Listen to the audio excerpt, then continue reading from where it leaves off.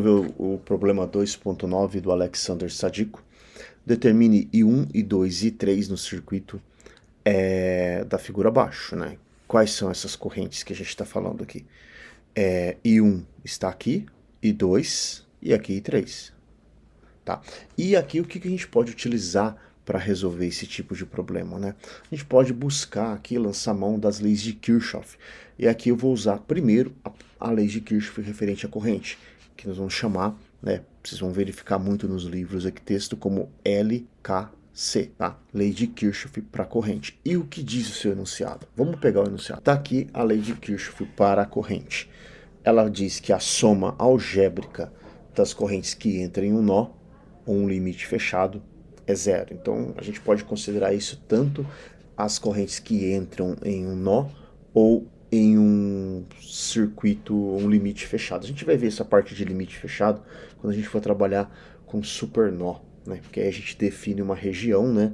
Uma superfície. A gente vai delimitar uma região onde a gente considera todas as correntes, onde a gente considera todas as correntes entrando ou saindo. Matematicamente, a gente pode pegar e falar o seguinte, que a lei de Kirchhoff da corrente, ela fala que a enésima corrente, né, sendo de n igual a 1 até um nzão, onde esse nzão é o número de ramos que a gente tem, né, somando todas elas seria igual a zero. Então a gente quer determinar, por exemplo, a corrente 1. A gente pode vir aqui nesse ponto, ó. Vamos chamar esse daqui, esse ponto que eu estou pintando de vermelho, desse aqui de um nó 1. E aqui nesse nó 1, aplicar a lei de Kirchhoff para as correntes. E o que essa lei de Kirchhoff vai falar? As correntes que entram no nó, quem está entrando no nó? Somente o I1. Né?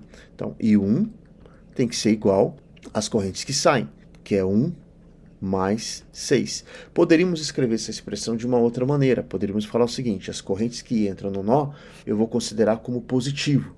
E as correntes que saem daquele nó, eu vou considerar como negativas. E aí nós teríamos I1 menos 1 menos 7, tudo isso é igual a zero. Então é o que a gente fez aqui. Tá? Eu somei algebricamente cada uma dessas correntes. Logo, nós temos que I1 é igual a 7 ampere. E aí a gente tem a nossa primeira parte do nosso problema. Podemos determinar agora a corrente 2. Onde está a corrente 2? Ó? Se a gente olhar aqui para esse nó, na verdade o que eu chamei de nó 1 é o nó A. E aqui é o nó B. Então a gente pode olhar para o nó B e falar o seguinte, aplicar a mesma regrinha.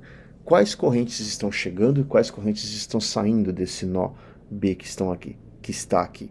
Olha, chegando no nó, eu tenho somente o 6. Então, se ela está chegando, ela é positiva. E saindo, I2 e o 7. Então, vai ser menos I2, menos 7. Tudo isso tem que ser igual a zero. Logo, né, a gente pode passar esse I2 para o lado de cá. Vai ficar que I2 é igual a 6 menos 7. Então, nós vamos ter que I2 é igual a menos 1. Vamos marcar aqui também. E, por fim, nós vamos olhar aqui para essa corrente 3. Ó. A gente pode aplicar nesse nó, né? Vamos fazer em vermelho, que esse nó está envolvendo a corrente 3. Então, dessa maneira, nó C, nós vamos aplicar as correntes que chegam no nó. A de 7 amperes está chegando no nó, então ela é positiva. E as correntes que saem do nó são negativas. Menos 2, menos I3. Tudo isso é igual a zero. Logo, o I3, né, eu passo esse 3 para cá positivo, vai ficar 7 menos 2, que vai dar 5 amperes. É um exercício relativamente tranquilo, né? Esse aqui 2, vamos deixar todos aqui na tela. Basta aplicar a definição, lei de Kirchhoff para corrente, que é a primeira lei de Kirchhoff, diz que a soma algébrica dessas correntes que entram em um nó, ela é zero. E aqui você pode fazer de duas formas, né? Você pode considerar que as correntes que entram são iguais às correntes que saem. Então aqui a gente tem o que está por trás dessa primeira lei aqui, a lei de conservação da carga, né? Nenhuma carga é criada naquele nó.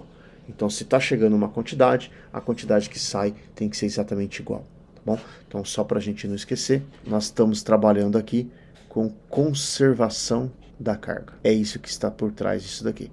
Por que a gente pode falar sobre isso daí, né? Pensa que num sistema que a gente tem aqui I1 mais I2 mais I3 mais IN. Tudo isso igual a zero, tá? Mas o que é corrente, né? A corrente não é dQ vezes dt, é uma variação, né?